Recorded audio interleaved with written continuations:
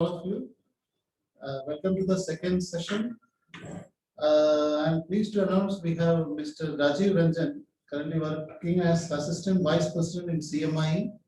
He has over 20 years, more than 20 years experience in the business information industry. Apart from CMI, he has also worked with CEIC, which is an ex-Euro money institutional investor company, as head business development for India and SAARC region. He has played a key role in various government and non-government projects, the one involving in the development of Prover's IQ database in association with CBDT for transfer pricing. He has also linked Prover's database with the credit and risk taking model for banks. This brief introduction, I welcome Mr. Rajiv Ranjan to kindly deliver his lecture regarding CMI database. Over to you, sir. Thank you so much, Dr. Rajesh, and a very good morning to all of you. I'll be sharing my screen, and let me know once my screen is visible.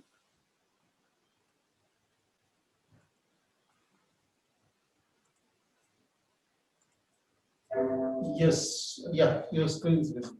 Okay, great. So the idea for the today's session is that, in fact, a few minutes back, I was talking to Dr. said that the major challenge which researcher faces, identification of data and the data sources, because it's very difficult to look at the right and authentic data to be used for the research. So that is one aspect of the research. Second hurdle, which I believe researcher face, is that it is always said that researchers spend around 80% of the time in the data extraction, and 20% time goes into the analysis of the data. And we at CMI try to reverse this thought so that the researchers are able to get the data in least possible time with clean and easy to use data, and they can spend their 80% or 90% of the time in doing the analysis. So that's what the CMI has been doing for last 4 decades. Some of you would have been known about CMI, heard about CMI. Those who have not heard about it, as a brief background, we have been monitoring the economy for the last 40 years, and we look at every gamut of the information which is available in Indian economy, and it's a rich country in terms of data availability and data resources availability. But we do come across with a data gap, and we at CMI play a very important role in bridging those statistical gap which is not available in Indian statistical system, and hence providing most of the data and bridging those such gap to help researchers do meaningful research for them. So by and large, if you see at CMI, we can classify our databases into which helps you in understanding or getting an insight on Indian economy, insight into firms of India, and insights into the well-being of households of India. So these are the 3 broad categories, and I will be talking about few, not all, because we have short of time, but major of the data sources which we have. So when we look at the insights into Indian economy, the CMI provides information with respect to economic outlook. Economic outlook is a very unique, and I would say it's a one-stop solution for all macroeconomic data need for a researcher. And this gives you access to the data, which is reliable, copious, reliable data, and they capture close to 2.9 million data series available here, which is backed by incisive independent analysis. So when we do analysis, it is not that we do analysis just for the sake of analysis, whereas we try to look at the data and do analysis, and data speaks. And to give an example that everyone was very gung-ho, and market also responded very positively when this budget was announced this year. But the kind of report which we came out, it was not a impact of a budget, but we rather looked at that what was the number disclosed in the budget, and a very small piece that government had earmarked a huge sum to spend in this budget. But if you look at spending they had done till September, there was literally even not more than 5 to 10% of the expenditures were done. The major expenditures happened during November and December in the third quarter.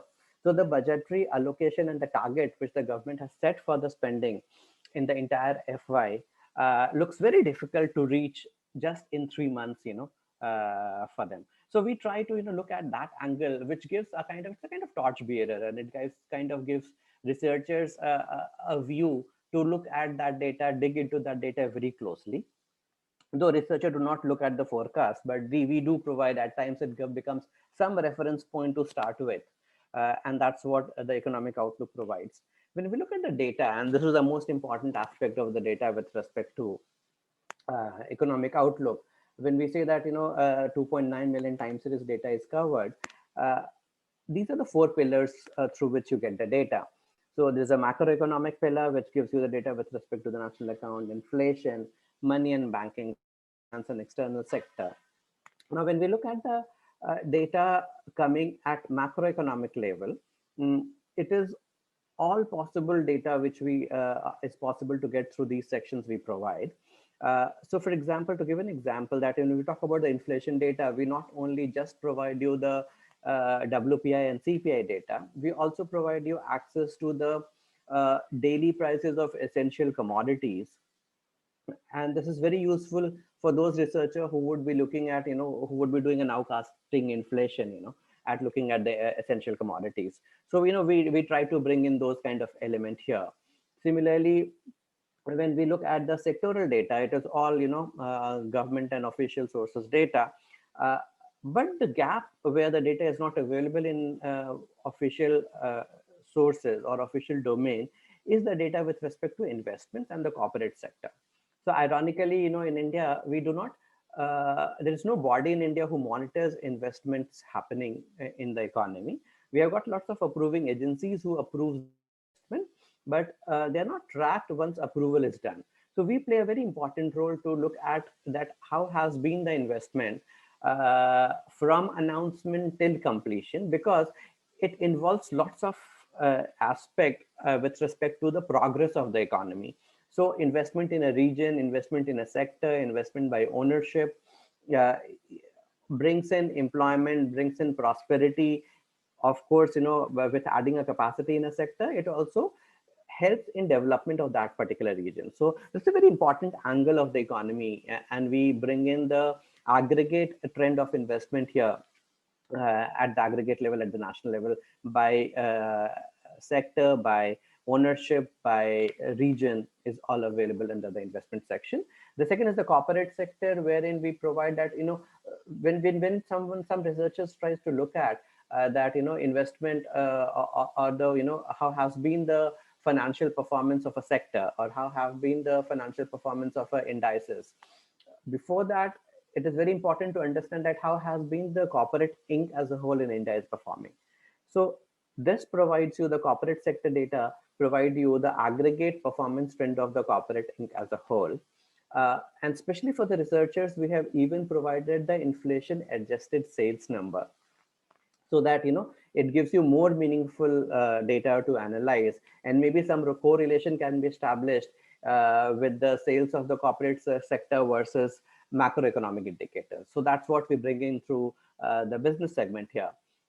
And then there's the socio-economic indicators, where also we bring in the proprietary data apart from all official numbers. So like consumer sentiment is one of the indicator, which is CMI proprietary data, and where we try to look at the households and their responses based on the consumer sentiment. I'll talk about more on consumer sentiment when we move to the consumer pyramid survey data. Then there's the employment data. Here also we provide in the data. And this is, I would say, it's the one place wherein a researcher can find all possible data on employment and unemployment at one place. So we provide EPFO registration data, we provide NSS data, we provide PLFS survey data, and we also provide the CMI survey output as an employment and unemployment here. So, this is the kind of one-stop solution for, one place where you get all kind of employment, unemployment data in India is there in economic outlook. When we look at this data, and no, I'll just try to mention because I was going through the kind of researchers who are attending this session. So I think there was major impetus on lots of research. And when we look at this data, it's not only the data which is spread across these four elements. We do cover our RBI service. So when we talk about the RBI survey, there is a professional survey from RBI. There is a industrial outlook survey is done by RBI. Inflation expectation of household is another survey which RBI does. And the most important is the OBICUS survey, which is order book inventory capacity utilization survey, which RBI does. And we have provided access to all these survey in Economic Outlook. Annual survey of industries data at national level is also part of Economic Outlook. And since there was lots of interest on the agriculture, when I flipped through the research papers or people who are doing research, so agriculture was one of the prime focus. So I think the input is one of the very important indicator when someone does a research. So we provide 110 years of rainfall data which government released. The meteorological department per se released that data, and we've provided that data as well. You get the agriculture census data, you get the cost of cultivation data. If someone is trying to study the progress in a rural economy, tractor production and sales is one of the proxy indicator to look at. So available for the time series label available here in Economic Outlook. So apart from the data, Economic Outlook also comes out with a repository of kind of virtual library, and we call it document section. And this provides access to more than 50,000 source documents available here. And this is essentially meant for the researchers because, at times researchers try to look at the actual source of the data from where the data has been captured. So we provide all those sources here as a PDF, and researchers are free to use this section here. So this is what by and large Economic Outlook offers. The second element of understanding or the well-being of economy is the states of India. So we start with the Economic Outlook where it covers the data at the national level. Then we cover the data at the state level and district level and the states of India. And this is again a very unique database because I'll keep on saying that we have a unique databases, and there is a reason behind it. That states of India was oriented towards helping researchers understand how geography has undergone change.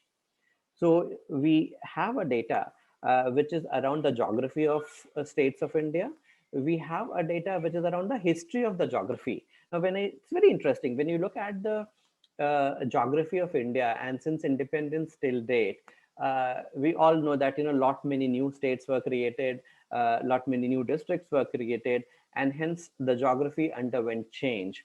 So if someone understand that how was Andhra Pradesh before Telangana happened, or how was Bihar before Jharkhand happened, so you can see that history as well, prior to creation of the new states and districts and post creation of new states and districts. And this is possible to look at the timeline horizon and understand the data in states of India. So states of India, when you look at the data points, it covers 139 million time series data, which is spread across states and district level. Not all data will be available at district level because many data are not disclosed at district level. But yeah, it's possible we have provided that data.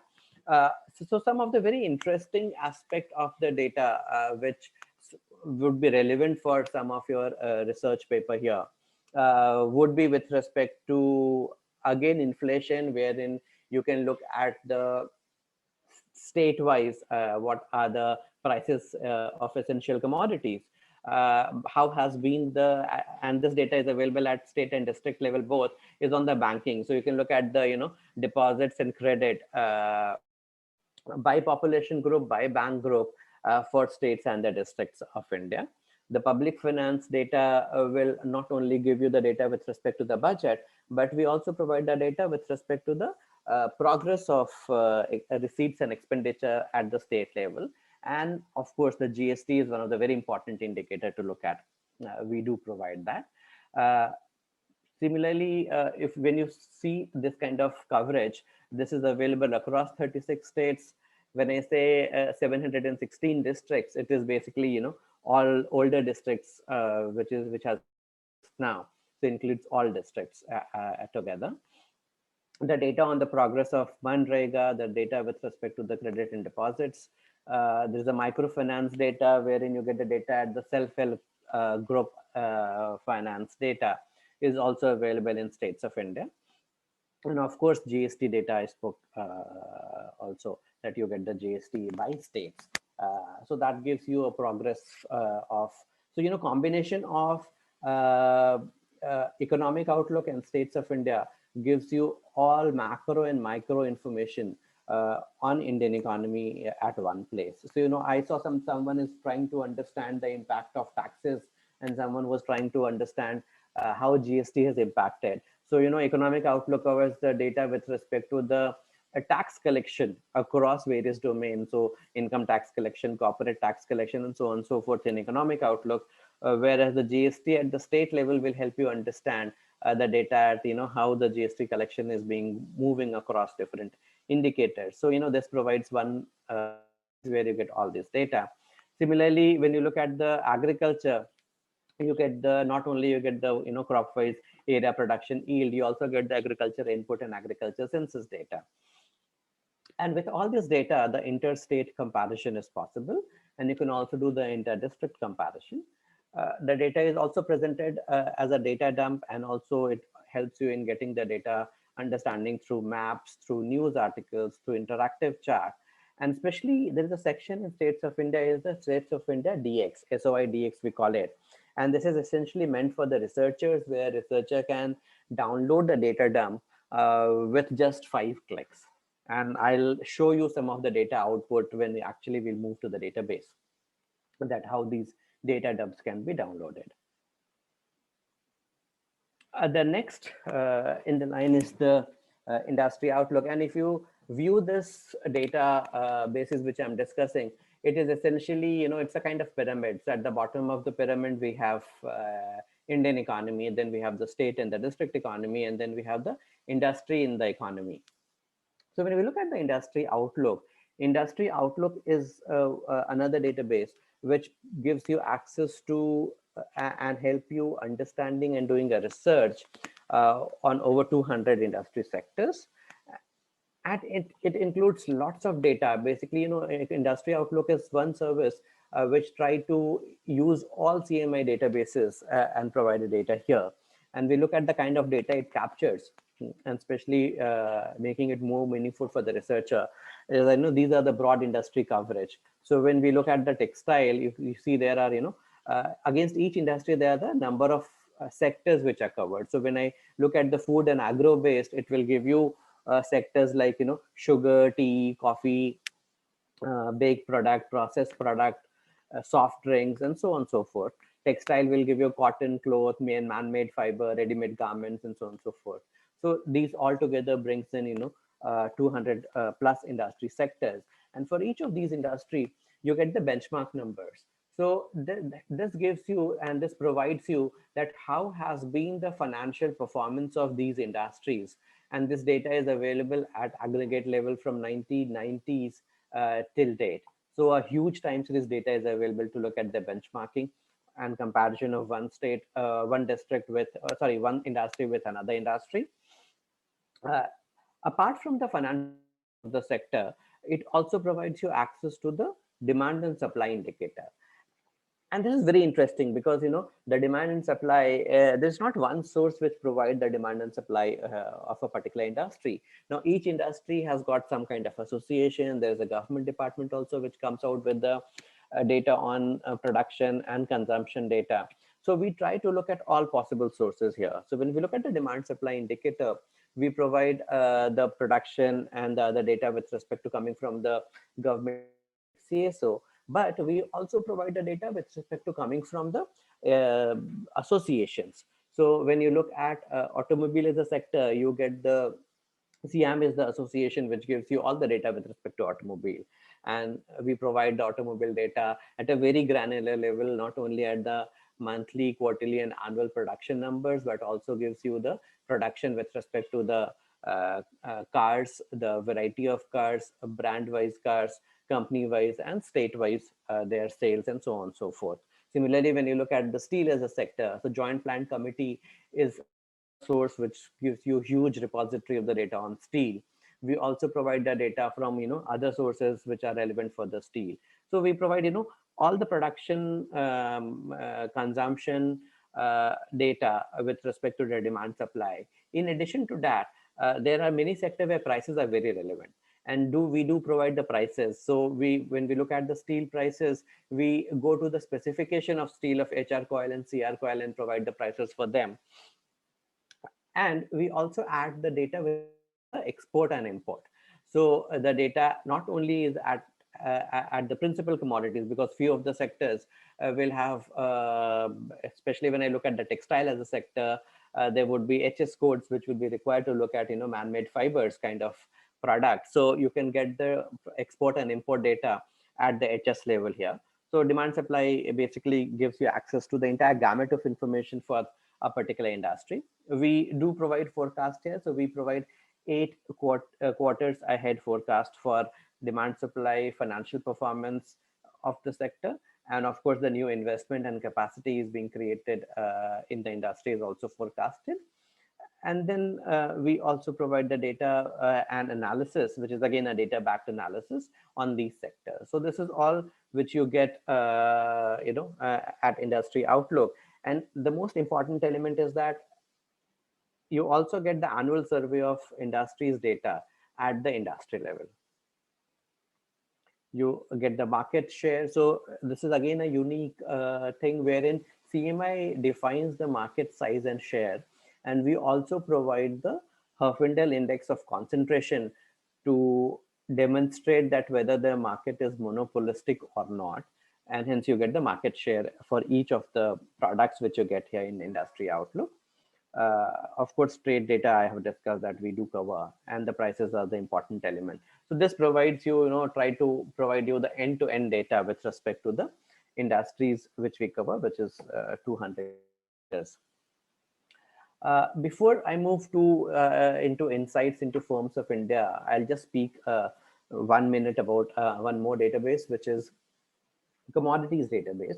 And this is essentially, we look at the majority of the agri commodities and a few of the non-agri commodities. And this is based from a perspective that we give you the prices. So it's not only the AgMark or the government prices we provide, we also poll prices from different mandis. And these polling are done essentially for the NCDEX, which is outsourced to CMI. So we use the same machinery and we poll prices to non-NCDEX commodities also. And we provide the prices data of all these commodities. Herein, we also provide the forecast for the production and the input data for the commodities. So the third element is the insights into the firms of India. And of course, the well-known product of CMI is the Provis IQ database. Many of you would be aware of it. Talk more about Provis. But Provis is, I would say, a kind of gold standard benchmark when anyone has to do a research on companies or firms in India. And Provis covers the data with respect to around 51,000 companies in India. And so again, I would say a very important database because it is a standardized financials which you get through Provis. And the standardization is very important because the source of data is very simple, which is annual report of the company. But it comes with that there is a heterogeneity in the disclosure given in the annual report. So if some research has to be done, it cannot be done by looking at what has been disclosed in the annual report. Rather, it is only possible when these disclosures are standardized across companies, across years, so that a trend analysis can be done. To give you a small example of kind of standardization which we do is that when you look at the income of a company, now income of a company is essentially includes the sales of goods, sales of services, some interest income, But companies do earn some prior period and extraordinary income also, which is non-recurring in nature. Now, if I do not exclude these non-recurring income, my numbers will be inflated and will not be comparable for my company analysis if I'm doing it for 5 years or 10 years, or if I'm doing it with my peer comparison, because every company or every year I'm not getting the prior period and extraordinary income. Very important role we play that we standardize those heterogeneity in the disclosure, so that when you do a sales analysis for a set of companies and across years, it is all comparable. We also do a very important level of standardization with respect to mapping of a company with a particular industry. Now, when we look at the company's annual report, typically no company says that they belong to a particular industry. A company do write few of the NIC codes in which they intend to operate, but when you see the life cycle of a company, they do change their activities also. So what we do, that we do a very scientific mapping of a company with respect to the industries it belong to. And what we do, that we look at the product schedule and see the product which is contributing 50 or more than 50% of the revenue, and we call it as the main activity. And since this exercise is done scientifically every year, whenever you're doing a research or study on a particular sector, you will get the correct set of companies and correct set of peers to identify with. We'll talk more about Provis later on, and then we'll talk about the second database, which brings in insight into firms of India. This is a CAPEX database. We briefly spoke about the CAPEX database when I was discussing the investment section of the economic outlook. So basically, the investment aggregates are created out of CAPEX database, and CAPEX is it's basically understanding and monitoring the progress of all the new capacities being created in India, and how these capacities move from announcement till actual creation of capacity. And the moment a new capacity is added, that capacity gets added to Provis companies as a plant location, and have a capacity to create. But CAPEX brings in lots of insight by understanding that how has been the progress of domestic investment across years, across region, across industry groups, and across ownership groups. So this gives you the flow of investments at the aggregate level, and it gives you that this is the ACC plant which is going to create a capacity of X million tons of production of cement, and this is getting completed on such and such year. So CAPEX brings in lots of such useful input to understand that how shape of things are going to be in Indian economy with creation of new capacity. So coming back to Provis, so Provis is when we look at the Provis data, and when we standardize those disclosures of annual report, we try to provide, and Provis IQ stands for Provis for interactive query. So we have made the entire data as a queryable database, wherein our researchers can identify and run using any of those queries. And there are close to 80 query triggers through which a researcher can build the query. And if you see, these are the different sections through which built. Sorry, especially when you look at these queries, and those who are working on commerce and financials and the stock market of the data. So stock prices and the financial statement section provides you enough input to do your analysis with and building your query. Those who are studying on corporate governance kind of area, the ownership and the governance indicator becomes very important element to query on. And in fact, I'll try to run few queries once I end, once I complete. So Provis can actually challenge a researcher's imagination. You can think of all the companies which are there into a particular sector and have been making profit, have a size of X crores, and their plants are located into a particular region, and how has been the performance of those companies across the different timelines. These all queries can be identified and done through Provis. You can identify that all the companies where the dividends were declared in last 2 years, and how have been performance on an annual basis and quarterly basis across the timeline. So, likewise, you can also find out all the companies where the, CSR expenditures have been less than the earmarked expenditures by them, and how has been their, financial performance across the years. So, lots of cross combination query is possible using a Provis database. And we'll discuss more about Provis when we finish our slides. This is the very useful and I would say the most unique offering from CMI is insights into the well-being of households in India.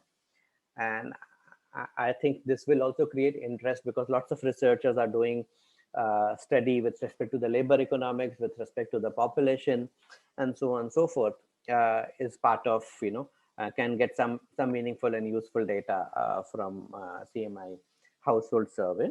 Now, when we talk about consumer pyramids household survey, this is a very unique, and I would say this is the largest household in India. When you talk about that, this is the largest household survey. The sample size is 1,74,000 households we capture, and which is even higher than the last NSS sample and last PLFS sample. This is a unique survey because this is a paperless survey. We use handheld device and capture the data online through the Google Maps site location, and this is a high frequency survey. So we do this survey thrice a year. When we talk about this is the largest household survey, it is not only largest household survey for India. This is the world's largest household panel survey. So these are the few of the the famous household panel survey which is done across the globe. And the second largest household survey has got almost 50% of the sample size, what CPHS, we call it, of Consumer Pyramids Household Survey has. Now, when we talk about the survey of 174,000 households, this is a pan-India household survey. This is a panel of sample households. So we have been going to the same household from 2014 onwards, and hence it is a very useful indicators to understand and see the well-being of individuals and the households from 2014 onwards till date, because we go to the similar panel of the households across the period.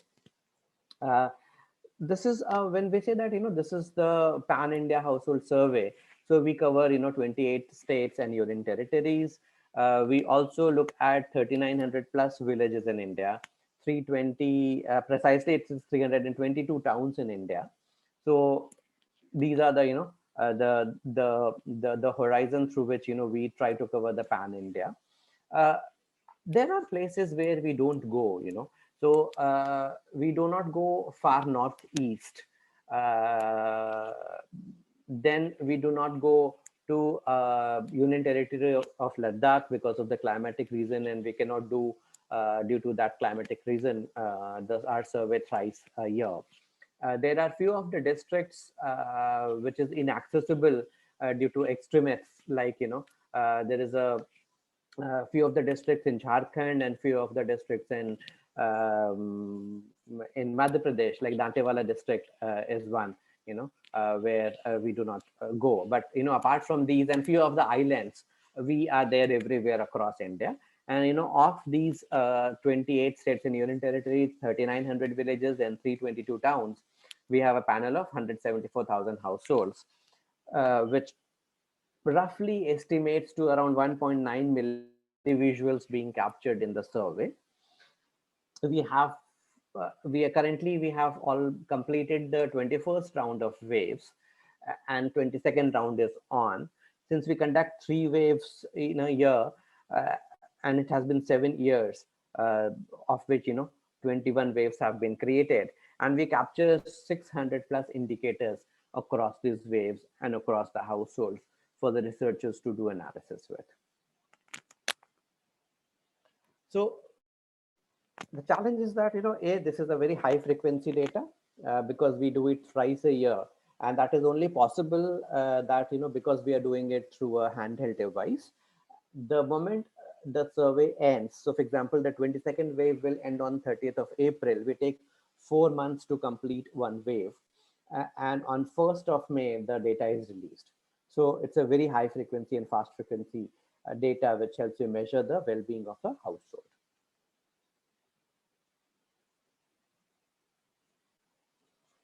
So this data is presented through the consumer DX. So a researcher can look at the data for the members of the households and the households. The households have got the unique identity, and hence you can, a researcher can identify the household's progress, their income, consumption, ownership of assets across the wave, and you can identify through these codes. And when we look at this data, that how the data is presented, there are four pillars of consumer pyramids, and the first pillar is the people of India. So people of India is again, it's a kind of a moving kaleidoscope which provides the attributes of Indian people or people of India. And these attributes are available through identity data, employment data, time use data, health and finance data. And these data, when we look at the identity data, so we look at the caste, and in India we have, lot many caste and subcaste, and we cover all kind of castes available. There's a gender availability. So if you look at the male, female, there's the marital status, the caste categories, relationship of an individual with the head of the household. India is again a unique country where, we stay as a family together, and there is a head of the households also. So the relation of, with the head of the household is equally important at times when the study is being done. The kind of religion they have, they practice, the age of the households, and the people and the individual of the member of the households. Uh, Interestingly, we look at the migration status, and this is very interesting and unique, that we not only just look at as a binary that, someone has migrated to the households. We also look at the people who have migrated out of the households and those who are coming to the households, and what are the reasons for that. So a migration is happening, a girl is coming to a household post marriage, or someone is moving out of a household to do the studies or to a job.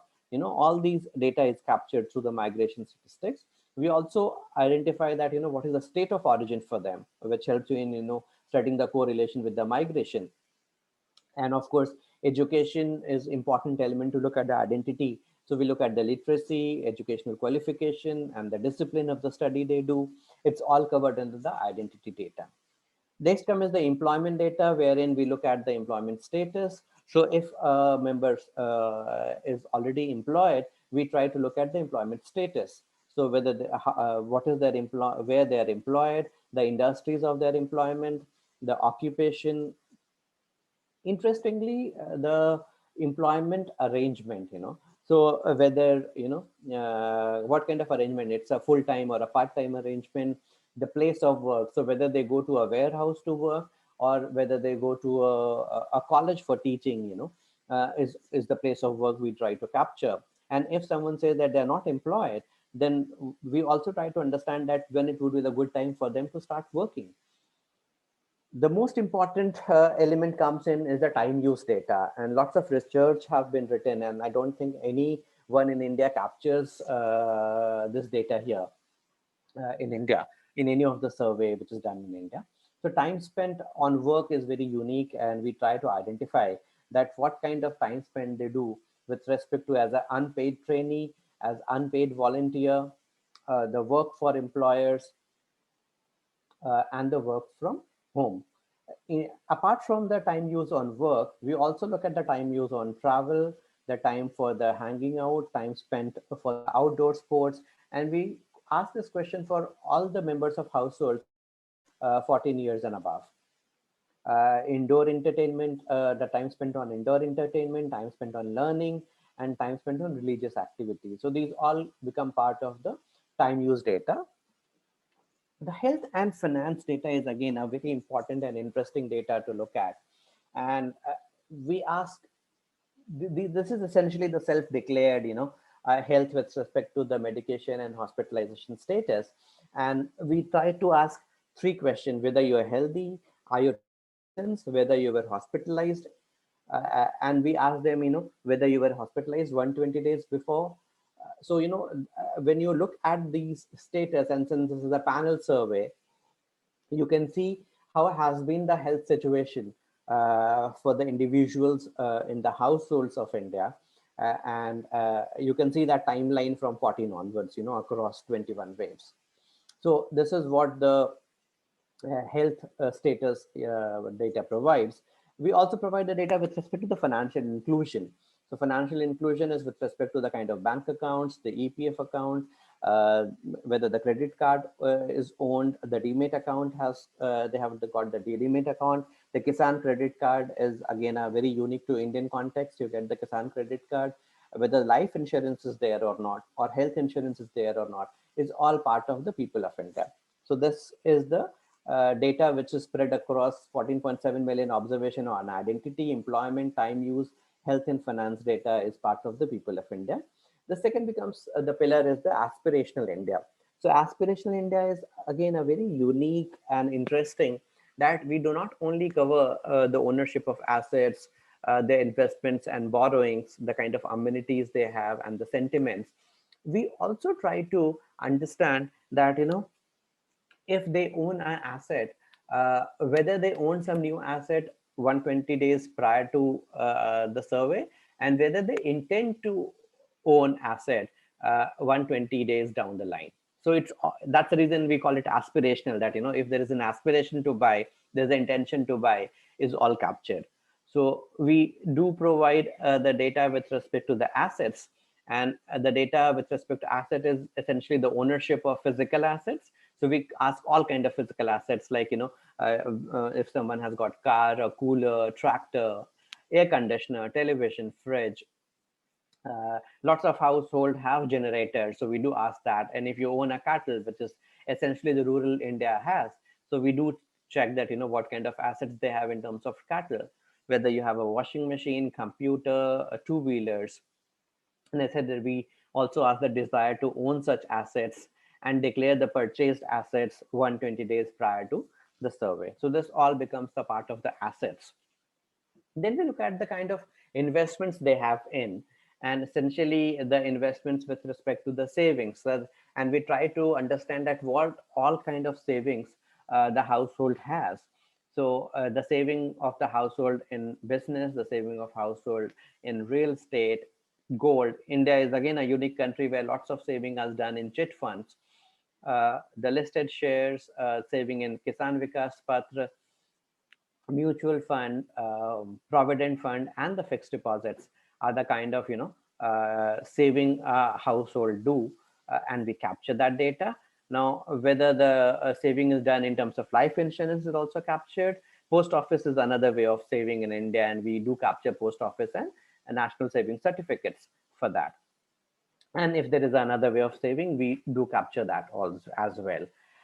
And then we look at the borrowing. Borrowing is very interesting, that we not only look at the sources of borrowing, we also look at the reasons for the borrowing. So we look at all possible sources. Like India is again a unique country where the borrowing is not only done, I would less borrowing is done through a financial institution. We borrow, and especially in the rural economy and rural India, we borrow more from the friends and relatives or shops. So we try to look at all possible sources of borrowing, and against each borrowing we map that what is the reason for the borrowing, whether it is this borrowing is for the marriage or for cultivation or for building of a house, and so on and so forth, for education. So each borrowing is mapped with the purpose of the borrowing. Interestingly, we cover the amenities, and again, amenities data is covered with respect to the type of roof, type of wall, the access to water and electricity. And we not only, this is not again a binary question that whether you have, access to water and electricity. We do try to capture that whether how many hours in a day you get the electricity, or how many hours in a day you get a water. And then we also get to ask them that, how much water and electricity you get in a week. So that's a very quantifiable number, and helps researchers to study the access to these amenities, especially with respect to water and electricity. We do check that whether they have toilets or not. And this is a very interesting thing which we ask along with the amenities is the travel time. We ask a household that how much they take, how much time they take to travel 10 kilometers. And this is a kind of, I would say, a benchmark can be established to understand the availability of the civic amenities in a particular region where the household resides. Then we cover the sentiments of the households, and we try to ask a question with respect to what perception the household has with their current economic well-being. So how they have been doing now, and what do expect that how they will be doing going forward. So there is a futuristic question, there is a current position question. We also ask question that what do they see that, how the country is doing economically, and what do see that they where do they see that the Indian economy would be doing 5 years down the line. So these are the kind of sentiments which helps in developing a sentiment index, and though that index is available in economic outlook in the sentiment section. So this brings in the aspirational India data. The third pyramid is the income pyramids, and here, and very interesting because it's again a fast frequency, and understanding income numbers in India is difficult because no sources captures income data. So what we do that we try to look at the monthly earning from wages and non-wages sources from all the individuals of the households, and spread across, the data is spread across member income, household income. Now, interestingly, what happens that since in India we stay as a family, so there are lots of income which comes from each member. The sum total of all the members not becomes the total household income, because a house, there are few income which household earn which a member can't earn, and I'll explain more in detail that what we capture here. So when you talk about the member income, we look at the data with respect to the income earning through wages, through interest, through pension, the kind of earning they get through dividend. And these are the individual income for the members of the household. But apart from all members income, we try to look at the household earning through lotteries and gambling, the sale of assets which cannot be attributed to an individual, it is for the household. The income from the business profits, from the government transfers or the private transfers, through rent. In India we do rent lots of properties, so household do earn the renting income as well. So how much they earn through the rent is also captured. And to help researchers understand, we have carved out household groups. So these household groups can be readily classified into by age, gender, occupation, education, and composition of the household members, and then cross-sectional analysis can be done. We also look at the members' attributes when we look at the other rest of the data, and these attributes are with respect to the age, gender, state, occupation, region, religion, and caste of the individual members. It's all part of the income pyramids database. And last is the consumption pyramids database, where it gives access to 10 million observation. And I would say this is the only source where you get the monthly series of the consumption expenditure of the household. So when we look at the expenses, now what we do that since we go to these households every 4 months, we ask them their monthly expenses for the month in which we are doing the survey, a month prior to that, and the 2 months prior to that. So basically every time when we go, we ask for the 3 months of their monthly expenses, and we ask this monthly expenses data or the consumption data on close to 153 items. I cannot of course enlist all the items, but broad items which you can think of I have tried to highlight here is that consumption expenditures with respect to the food, education, power and fuel, recreation, clothing and footwear, the transport expenses, appliances expenses, the expenses on intoxicants, the kind of expenses can be on EMI, health, so and communication, cosmetics and toiletries kind of expenses. Interestingly, if someone tries to understand that how, and especially now that since the fuel prices is rising, one can easily study the expenses on power and fuel since 2014 onwards till date, and see that how it has expenses on fuel for the households has changed over the period of time. Can be, analysis can be done. Now, since it is said that the recall would be not very great when we ask for monthly expenses, and especially for 153 items, we do also ask the weekly expense moving categories like biscuits. And what we do that we use these weekly expenses to provide the monthly expenses for 150. So as a researcher, they get the raw monthly expenses, which on 153 items which the households have disclosed. It also provides you the weekly adjusted, so the weekly expenses prices on 27 commodities, and we provide the monthly expenses because then of course weekly expenses will have a superior recall capacity. So we take that as an adjustment and we adjust the monthly expenses also for 153 item, and this is all provided to the researchers.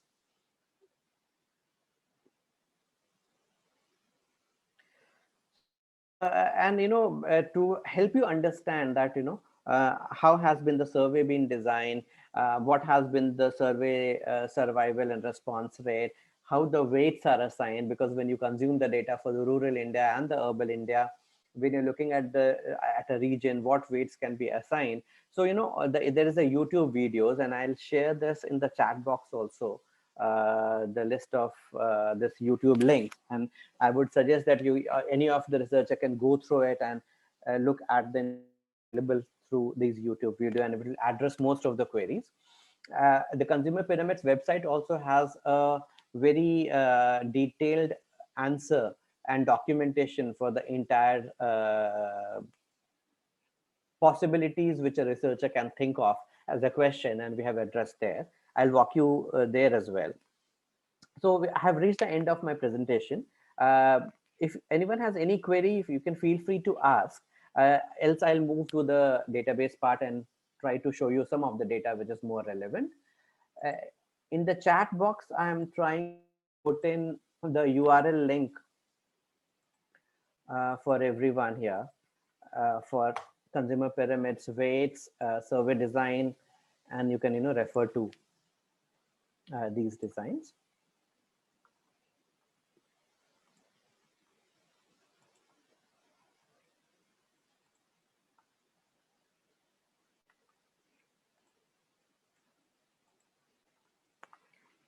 So if there is no question, I'll share my screen and I'll.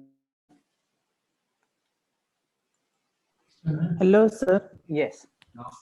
Good afternoon, sir. I am Satvik, a research scholar from Management Department. Currently, I am working upon capital structure and dividend decision. Okay. I know that all the ratios are available in that. Can I have an access, like remote access, by subscribing to CMI Provis? See, if you have, if the institute where you are associated with, if the institution has, essentially the access is given change, and we also have now, because of pandemic and since researchers are not moving to the campus, there is a facility where the off-campus access is provided. So I'll suggest that do reach out to your institution and ask them to provide you the off-campus access. If you face any problem, I have already mentioned my email ID. I'll do mention in the chat box, and free mail me. We'll try to help you. Okay, sir. Thank you. Good afternoon, sir. Yeah. Sir, is data on social security, education, health, and housing? I mean, the data on public expenditure on social security, public expenditure on education and health and housing is available in CMI. Yeah. So social time series data. See, social security is one indicator. It has got a very broad domain, and the broad definition for it. So social security. yeah. unlike, a country like US where social security has got different meaning, whereas in India, social security has different meaning because, it is not provided through the government. It's basically the individual and the households which they provide. Of course, few of I them mean, are. Hmm. I mean, social security mean the government sponsored schemes like a PDS scheme, and then unemployment allowance, pension schemes, Yeah, and then transfers, right, transfer payments like right. this. So, Yeah. we do capture some of those data, and I have shared my screen of economic outlook. So some of this data you will get it through the economic outlook and states of India. So I hope you're able to view the economic outlook screen. Yes, sir. Yeah. So if you look at the economic outlook, and so if we move to say money and banking, Yes, No, sir. we sir. yes, I think someone had any question. Your screen is not visible. The economic. Okay, The let me first, reshare that. first slide. Let me reshare my screen. Now is it visible? Yes, Yes, sir. sir. Okay. So this is economic outlook. This was the first one which I shared when I started my slide.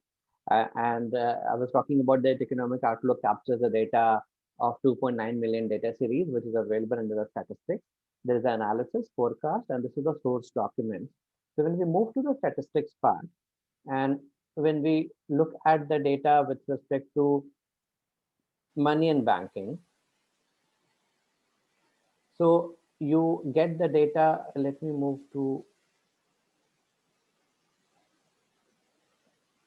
data with microfinance. So here you get the data with respect to the credit availability or loan disbursement through self-help group. And these are the different yojana or the program which the government runs, and through which the kind of loans are being provided. So these are the microfinancial institution, and the self-help group is one of the indicator one can refer to. Apart from this, we also provide data with respect to uh, employment, and here we provide the Manrega data.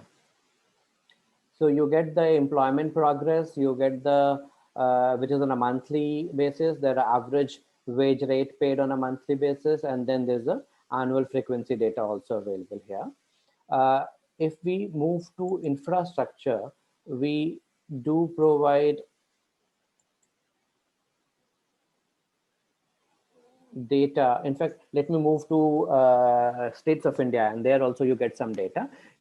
The population demography and the household data, which is entire census data available here. So you have the social and cultural patterns. You have the how. So this is how the the religious group distribution has been done, and the access to the household amenity and the assets. So these are all census data which we have provided here. So you can refer to them. You can also look at the education and the health related data from Economic Outlook. So like, kind of education reports by Pratham and in the rural areas. So some of these indicators would be relevant for you. Now, to when you look at these I data, mean, public. I need, sorry? sir. I need public. I need public expenditure, total public expenditure on education, Mhm. health, housing, and social security. So Yeah, so is this data available? it is public wise, the I would say the household wise expenditures data is only available through the survey, wherein where I discussed about the kind of expenses they have on health, the kind of expenses they have on education. So we cover it there. It is not in these databases because they are the survey data. There is no other official body who provides data. So this will be only part of the survey data, which will be there in the consumer pyramids. But you'll have to marry some of the data from coming from the official sources which are available in Economic Outlook and States of India, and the household survey data, which is consumer pyramids household survey data. So the combination of these can give you most of the data which you're looking for the research. I need time series data. Yeah, so all this data is time series. So although the survey is not, I would say, is not for a longer, 10 years or 20 years data, because service started in 2014. But rest of the data is for the time series data. So, and that is a challenge that, if there is no source who is releasing the data, how can you look at the time series data? Because there is no alternative to look at. Okay, sir. Now, Thank you, sir. if you look at, say, I was talking about, say, inflation data, and I spoke about the prices of essential commodities. And if we look at the daily prices of essential commodities, I'm just trying to show that how you can download the data.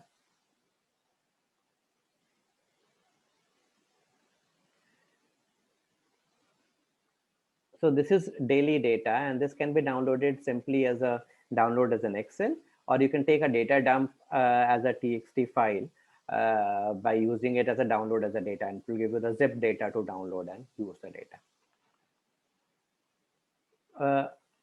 The other aspect of the economic outlook is the document section I was talking about. And when we look at the documentation, you get, all data sources reports available here. So for example, if someone is trying to refer to economic survey of India, you have economic survey data is available from reports available from 1975-76 at one place. So you can easily go and look at. Similarly, when we look at, say, agriculture, you get, the actual documentation, though this is available as a data also, but you can look at the entire documentation available here through the source document. So these are the, document section, which provides the researchers to get the data from the official sources. I'll move to, and before moving, when you use CMI data, there is a section called seek clarification in all the databases of CMI. And as a researcher, you can post your query about the data availability, data clarification, that how this data has been provided, what are the reasons for this data, what are the sources for this data, and all you can post, and the team would respond back with your query. The interface for States of India is a little different from what Economic Outlook is. And when you look at this data, so if you see here, this is the first page, and you can see this is the map of India. So in the middle, we have got India. These are the all northern states. These are the eastern states. These are the western states. And in the bottom, you have got the southern states. And you can navigate from one state to another. So if we are looking at, say, again, let us look at the banking data. And if we are looking at, say, banking data with respect to the states and the districts, and if we are looking at microfinance data at the state level, and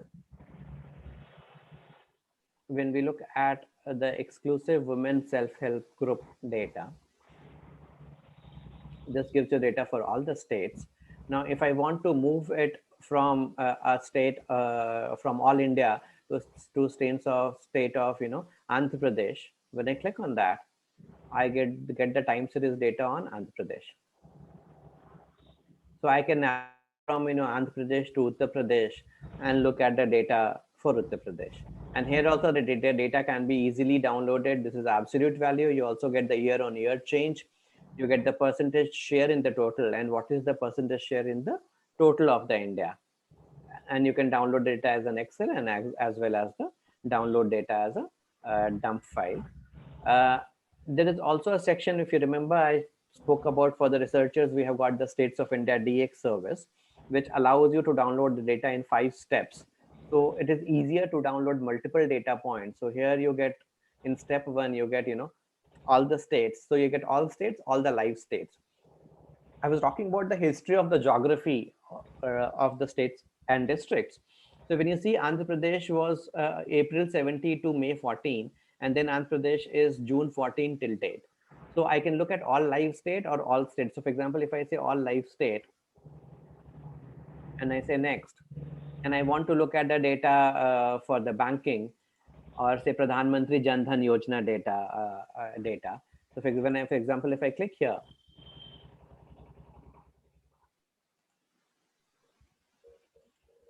or any of them, or if I click on, say, state domestic product, so I can select multiple indicators. So for example, if I select, say, few of the indicator from here, few of the indicator from here, the credit and deposits.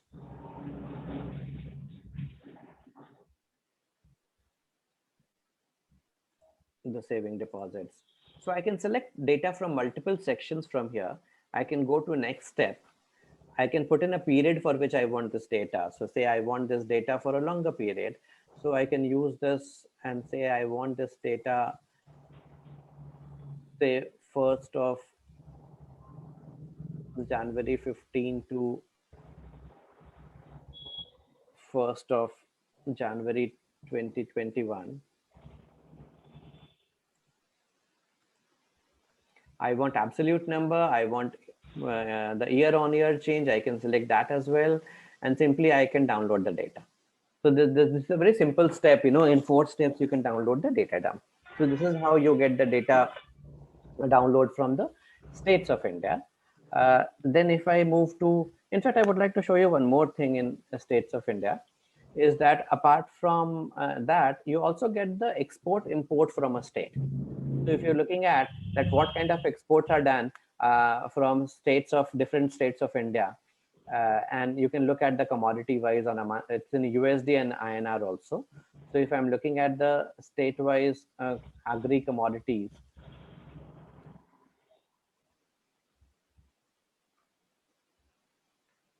and from here I can move to India, which will give me all the states together, or I can move to a particular state, say, Punjab, and get all the data, the exports done from Punjab in terms of agri commodities. Those who are trying to study the progress of economy can also study the data with respect to the state government expenditures. So apart from the public finance data where you get the budget data, you also get the monthly receipts and expenditure data. And so, for example, if you're looking at expenditure data, so what kind of social expenditures a state government has, or on the economic activity, the expenditures and the receipts that the state government would have, can be seen from here. And these are the different tax revenues being received by a particular state is available here. So progress of, those expenditures across state can be seen. It's talking about the GST data, and e-way bill generation is one of the data which is very interesting to look at. If I'm looking at, say, e-way bill generation, this gives you a, because broadly speaking, GDP data do not affect by and large to any entity directly, but we can easily look at that how has been the progress of economy moving through the, one of the proxy is the e-way bill generation. So how has been, so if I look at, say, state of Uttar Pradesh, if you see this, though this data is not a series data, but very temporal data, and it provides you that how has been the interstate and intrastate supplies of the values. So this also shows that so if someone is trying to study the impact of COVID or impact of lockdown in a particular region, this can be easily studied. If you see here how the movement of goods got stopped during the lockdown period, and how it has gone back to the pre-COVID level or pre-lockdown level can be seen through these numbers. The next one is industry outlook. I'll show you 2 of the data points from here, and then I'll actually spend some more time on Provis database.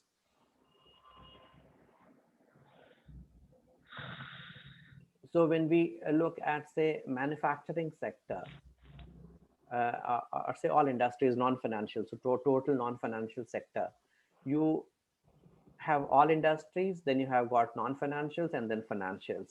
So when I click on all industries, so this gives you the overview and financials. So this gives you that how has been the performance of industry as a whole. And if I'm looking at profitability and the return ratio, so this gives you all industries together, how has been the profitability ratio from 1991 to 1920. And if someone wants to understand this, the same ratio on industry wise.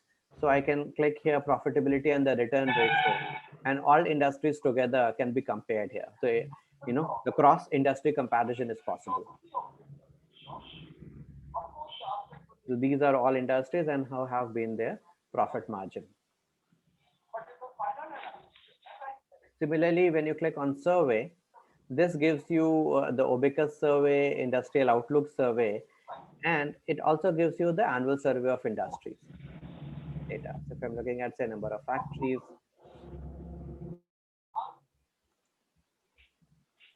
and this is from 94-95 to 17-18, this is the last data, which was released by the source. And this gives you all the data at one place. And here also the data download is easy and simple to use. I was talking about some of the data with respect to the demand supply indicators. So if I look at, say, we spoke about, say, metals, and we're looking at the steel as a sector. So when we look at the demand supply indicators, you get the monthly, quarterly, annual data with respect to the production, consumption, and which is by variety of the steel, by specification of the steel. These are the prices of the steel. And then there's the export import, data. So this is all possible to get through industry outlook from here. We also, as I said, we define the market size and share. So what is the market share of the companies in finished steel, in semi-finished steel, in alloy steel? So if you're looking at, say, steel, what has been the market share?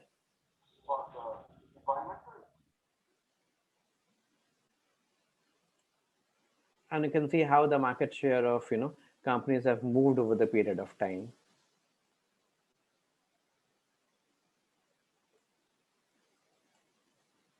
So JSW was holding 19% of the share. Sorry, State Steel Authority of India was holding 19% of market share, and now it holds 8.52. So how the market share has moved over the period of time.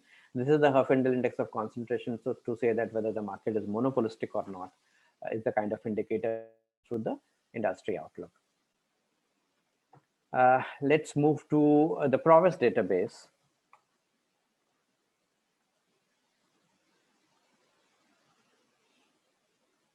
And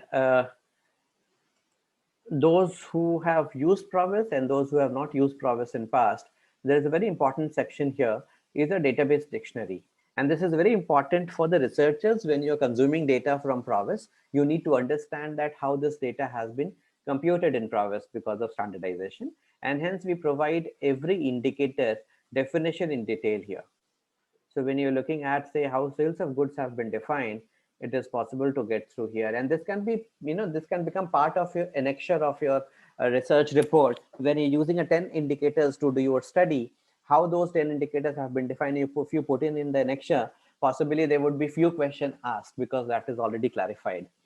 If you're looking at, say, some of the ratios, so if I'm looking at, say, profitability ratio, and if I want to understand the margin ratio, so EBITDA to total income. So how this ratio has been defined is explained here. It also gives you the formula which has been used to define the indicator here. So, these all can become part of your annexure to of your research paper or research report which you're writing, so that it becomes more transparent for the reviewer to look at that, how the numbers are looking at and how they have been computed. Another important section under this section is the Provis query trigger. So those who are not very familiar with the Provis can refer to these online videos here. So these are the videos across 80 query triggers. We spoke about in the PPT that Provis has got 80 query triggers, and all these query triggers can be has got a small short videos which explain how to run these query and get the output. So do refer to these query triggers, and most, I think, your query will be sorted. If you're still left with any query, you can post your query in the seek clarification. So how to operate data to extract the data. So you say that you want to extract a certain amount of data and you're unable to do so. The team will respond back with the steps that how the data can be extracted. Now I'll share the screen for the actual Provis database so that I can show you some of the output from here. Is there any query till now what I have explained?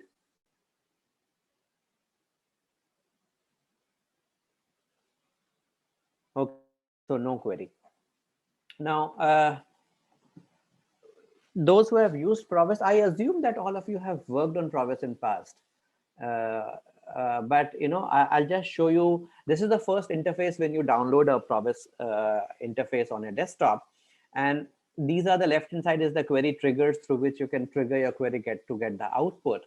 So when you type in the name of a company, so normally as a researcher you would not know the name of a company. Essentially, you would be running this query on based on an industry, based on their stock prices, based on their mergers and acquisition data.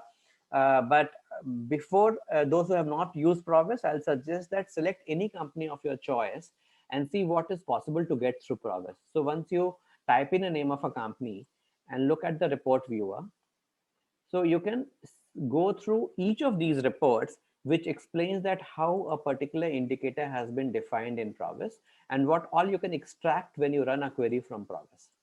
So every field which is available here is a queryable field. So if you see here, we have got ACC and their financials here. When we talk about the standardization, though there's a data definition, but still a researcher can come back and say that, this number is not matching with the annual report and how this number has been computed.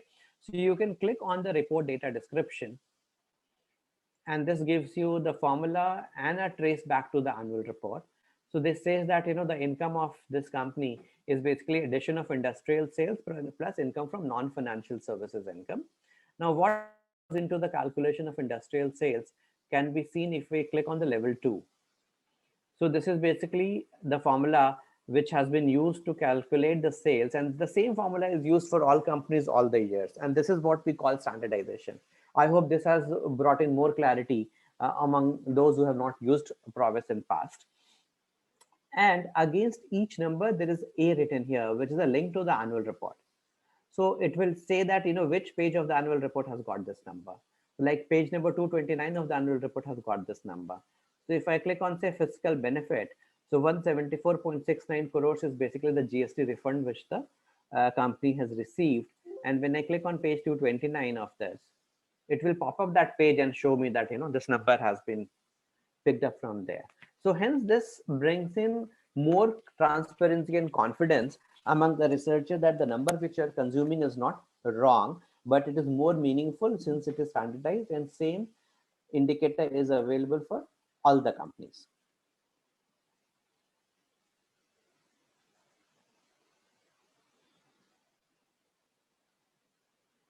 So if you see here, this is the government grant, which is 174.69 crores, and this is the note which is written. This is the GST refund. So this is how each number is computed, and for each expression and for each year, if you see here, there is a indicator has been defined and mapped to the annual report. So this is just a request that those who have not used Provis much should go and refer to all these reports and understand that what all is possible to get. So for example, to give you one very small example, if I look at say income and expenditure statement, and if I'm looking at say expenses details, I can run a query that all the companies where the salaries and wages are more than X crores. Or I can run a query that all the companies where the marketing and advertising expenses is more than X crores, and I can get the list of the companies. So all field which is available in report is a queryable field, and you can query from there. Let me build one query and show you the output. And say, let us find out all the company which belong to steel as a sector.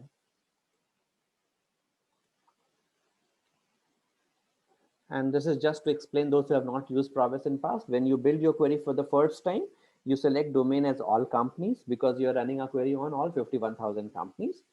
So of 51,000 companies, when you run this query, it will give you the list of companies which belongs to steel as a sector.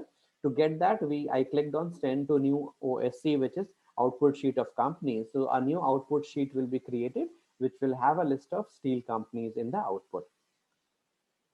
It goes to the queue, processes the query, and then when you continue, it gives you the list of the companies belonging to this particular sector. Now, once you have got this list of companies ready, you can, the first work which a researcher needs is that, to freeze the sample size. You might need the entire 702 companies to work on. So there has to be some condition on which you would like to work on. So those conditions can be, satisfied, and then you can filter those companies based on your criteria. So for example, if I want to find out that of these companies, I want the companies where the turnover is more than 100 crores and above, or say 500 crores and above. My currency is in rupees crores, and I'm looking at the standalone results. C is for the consolidated results, and for which year. The data in province is from 1989 onwards. So for which year I want my condition to be satisfied. So I would first look at the current availability of the data. Now 2020 would be a wrong year to pick up the data, because this being a very unprecedented year, many companies have delayed the annual report filing, and hence not many companies have, the data have been uploaded. So it is good to look at as a benchmark as 2019 financial year, to say that, I want to freeze the sample size for 2019. So I use 2019-03, which is basically 18-19 FY. Those who do not understand that how this query on date can be used or output date can be used, you can click on the question mark, and this gives you the date formats which can be used to define your query. And each year format explains that what is the meaning of that format.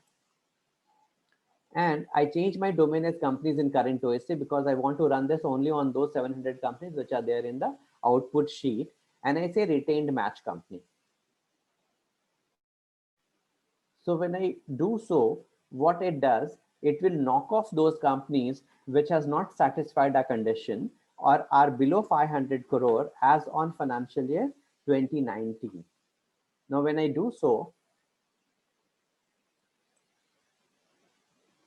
I get the output of the companies which has satisfied our condition. So I have got 101 companies which have satisfied our condition. I can sort them in descending order to see that the numbers are correct.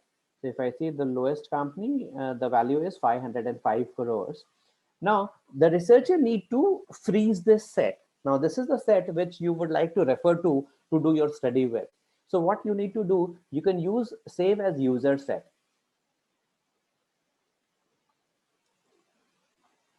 And say steel,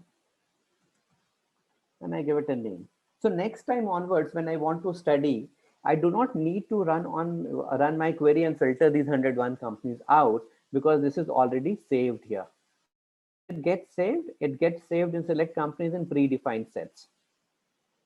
So we have got CMI sets, and this is a user defined sets. So what you need to do whenever you save a new set, you need to click on clear and reload all, and select the set which you have just saved. So I'll say it was test underscore store steel.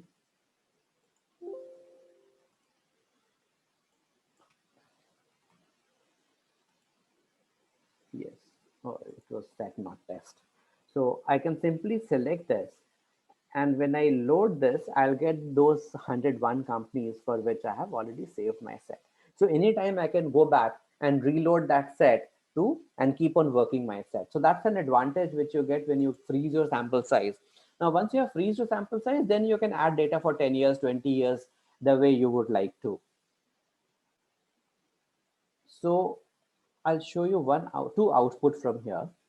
And when I come to say financial statements, and say I'll uncheck this, and I want to look at some of their expenses. So being a steel, so I can look at the power and fuel expenses, their raw material expenses, their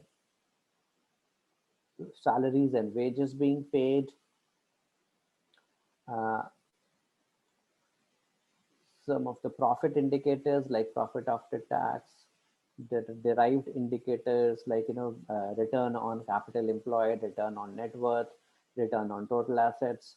So I can select various number of indicators depending upon the kind of data I need it. And if I want this data say for 10 years, so I say to 2010-03 to 2020-03, and I change my domain as companies in current OSC, and I can add this data to the output sheet. Now, normally, I think most of the user here who have used Provis in past knows what is the output sheet and how the data gets added to the output sheet. Now, for the ease of the user, wherein you get this data in a panel format, we have got an option to take the data as in TXT format.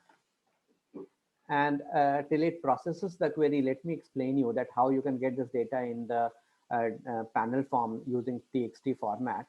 So for that, you need to use this setting option here. In the setting, come to the TXT format. And by default, your setting format would be companies in row and date in column. Change that both should be in the rows and save it. Now, once you save it, and then if I extract this data, let me extract this data and show you how it looks like. We have also got the output ready in the output sheet. Let us look at that as well.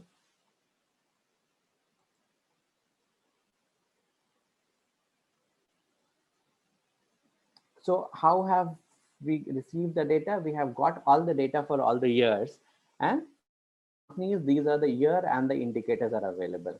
Now, how do we get the data when we extract this data in a panel format in the text output? So let us look at that.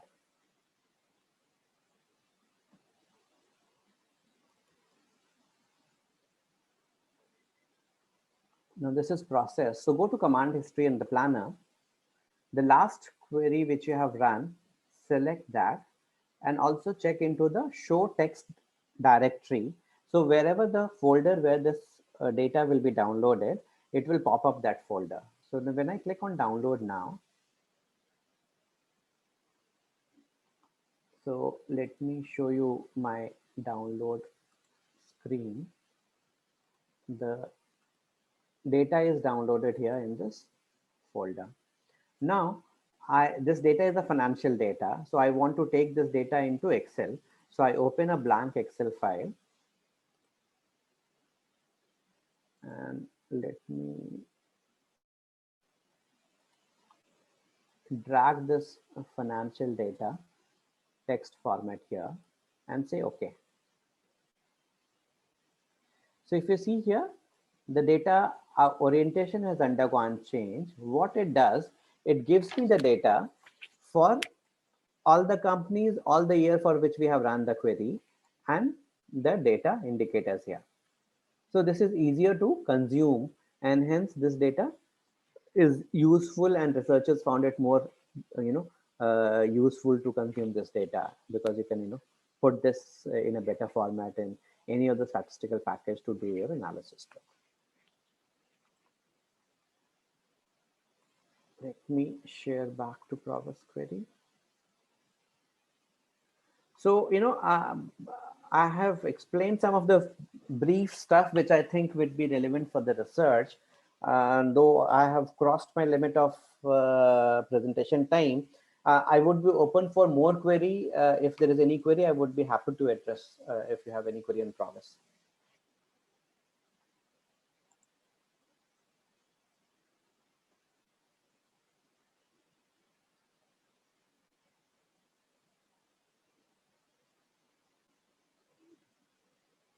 There is no query?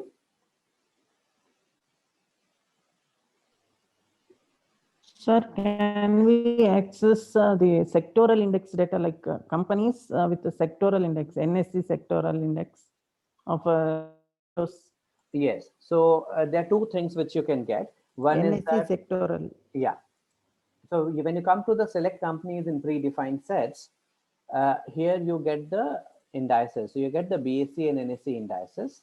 So when you come to NSE indices, you get the NSE indices, and then you get the NSE sectoral indices. So if you want to look at Nifty PSE index, or if you want to look at the Nifty bank index, you can simply select any of them and send to new C. So you'll get the list of companies which belong to these index. And then you can go to stock market data query and add the data with respect to their closing price, EPS, yield, return, market cap, and so on and so forth. So these are the 12 companies in NSE Bank Index.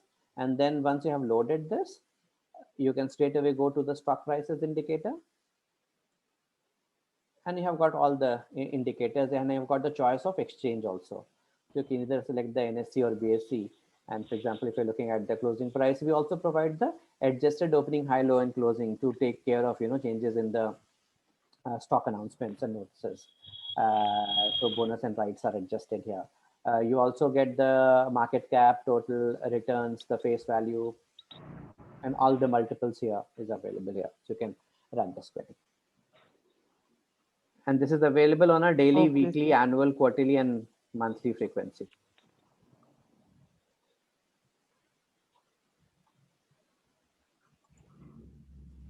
Any other query? Sir, do you have a data on women entrepreneurship? Not exactly, but yeah, there can be some kind of proxies be driven when you look at the governance indicator. And when you look at the name of the directors, Okay. and you can find out that, what are the name, though the name would not allow you to look at a query on women or male or female, but the woman will have mess or messes as an indicator to check that whether they are female, and see how many companies they belong to with respect to what has been the age of that company, and possibly you can look at the kind of salaries they are earning, and their impact can be also ascertained by looking at how has been the financial performance of the company. Okay, sir. So this can be one of the proxy to look at that particular data. Okay. Thank you, sir. Welcome. Any other query?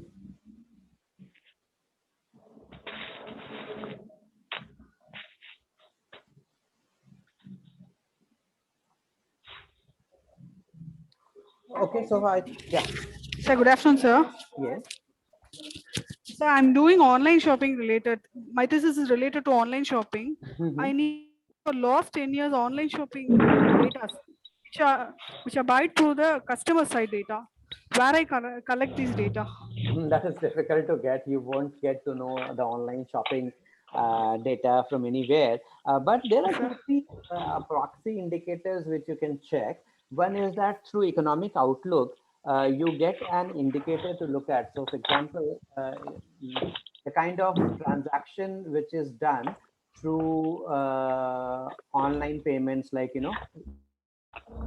so you can, when you move to the money and banking data, Okay, sir. you get the payment system indicator. So the value of transaction made through the various payment channels. So that gives you one kind of indication, or retail payment, so Okay, let me sir. show you one of the outputs from here. So this will give you a trend that, the more and more transaction happening through online portals or online platform or online app, will give you an indicator that, what has been the trend in online payment system. But of course, you would not get to know that, what are the user groups who are spending on that. So this is at a very broad level. Okay, sir. Similarly, you get the similar data in states of India at the state. But you can look at the online marketplace companies in progress. So when I look at Progress database and say I want to search for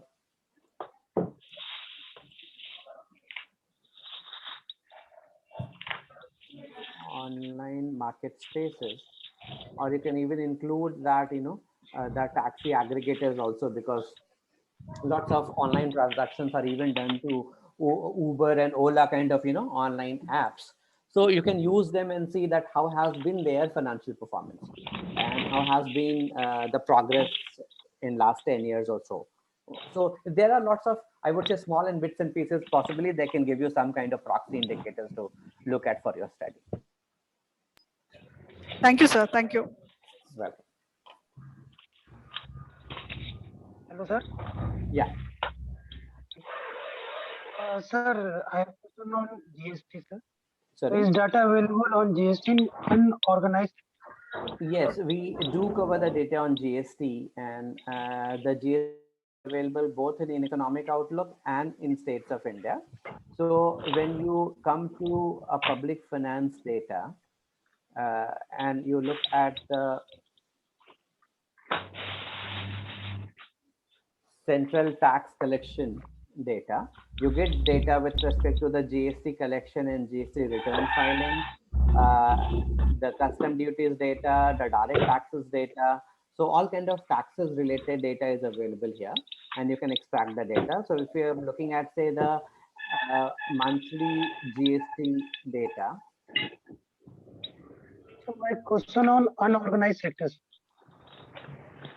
So when we talk about the GST numbers, those who all qualify for GST payment, it comes here. You cannot segregate it by organized or unorganized. Okay. So this is the total kind of GST, and possibly you can take a proxy the kind of organized sectors we have, and then you can say that the one which is left would be for unorganized, because you cannot ascertain the size of unorganized sector because that is not known to anyone. So you have to take a proxy of organized and then see that what is left can be from the unorganized sector. Okay. Thank you, sir. Welcome. Any more questions is there, or we can end the session? We have almost reached the fag end of the session. I have shared my email ID as well. So at any point of time, if any of you get stuck up with any query or have any clarification required, feel free to mail me. It is in the chat box. And I wish you all the best for your research and the research papers. Thank you, Mr. Rajiv, for this very engaging lecture. I think you have given a very comprehensive outline of CMI, its various components.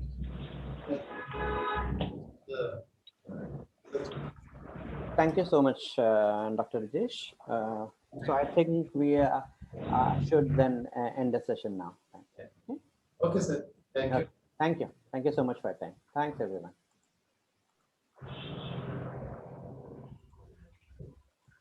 Thank you, sir.